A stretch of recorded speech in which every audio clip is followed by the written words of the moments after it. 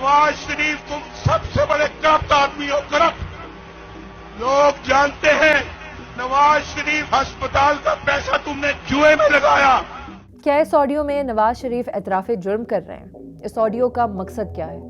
मकसद ये है आपको बताना कि कितना आसान है किसी की आवाज़ को और किसी के अल्फाज को मैनिपुलेट करके एक फैब्रिकेटेड ऑडियो क्रिएट की जाए। और इस बात को मैं रिलेट करूँगी ऑन गोइंग कंट्रोवर्सी से साकिब निसार के बारे में कि एक ऑडियो रिलीज़ हुई फैक्ट फोकस नामी एजेंसी से, और उस ऑडियो में साकिब निसार ये कहते हुए सुने गए कि नवाज़ शरीफ और मरीम नवाज़ को 2018 इलेक्शन से पहले ना छोड़ा जाए। और एक जो मेन मुद्दा था इस ऑडियो का वो ये था कि जो जुडिशरी के डिसीजंस हैं वो पाकिस्तान की एक स्पेसिफिक बॉडी की वजह से इन्फ्लुएंस्ड हैं। अब यही जो टॉपिक है, यही जो बात है कि जुडिशरी एक ऑटोनमस बॉडी नहीं रही, इसको हेविली डिस्कस किया गया आसमा जहांगीर कॉन्फ्रेंस में, जो कि कुछ दिन पहले supreme court bar association, Pakistan bar council and AGS ने ऑर्गेनाइज़ की।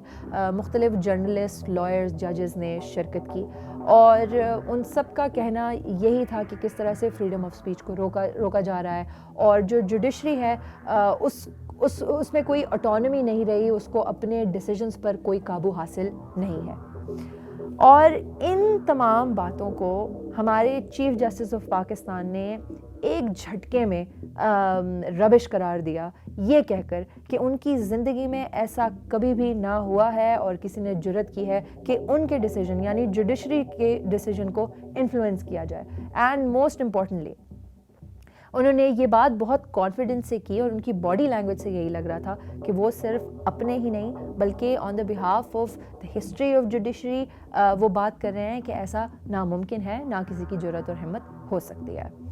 तो आते हैं दोबारा इसी बात पे कि जो ये ऑडियो रिलीज़ हुई है साकिब निसार की फैक्ट फोकस नामी ऑर्गेनाइजेशन से, ये एजेंसी करती क्या है, इसकी क्रेडिबिलिटी क्या है? तो दरअसल क्रेडिबिलिटी कोई नज़र ही नहीं आती, क्योंकि जिस आर्टिकल में ये ऑडियो रिलीज़ हुई है उस आर्टिकल में मुख्तलिफ़ किस्म के ग्रामेटिकल एरर्स हैं, और तो और ये एक ही ऐसी ऑडियो है जो लीक हुई है। उसके अलावा ना हमारे पास कोई ऐसा ठोस सबूत है जिससे ये पता लगे कि जो फोरेंसिक्स हुई हैं वो कितनी ऑथेंटिक हैं या नहीं है।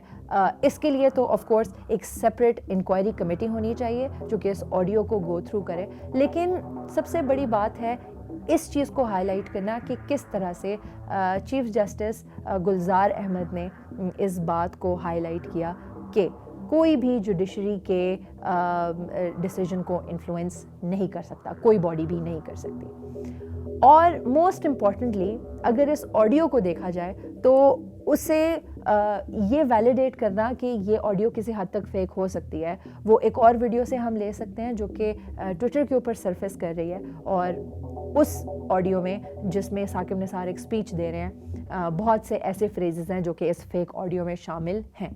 तो देयर इज़ अ पॉसिबिलिटी कि दिस ऑडियो इज़ फेक।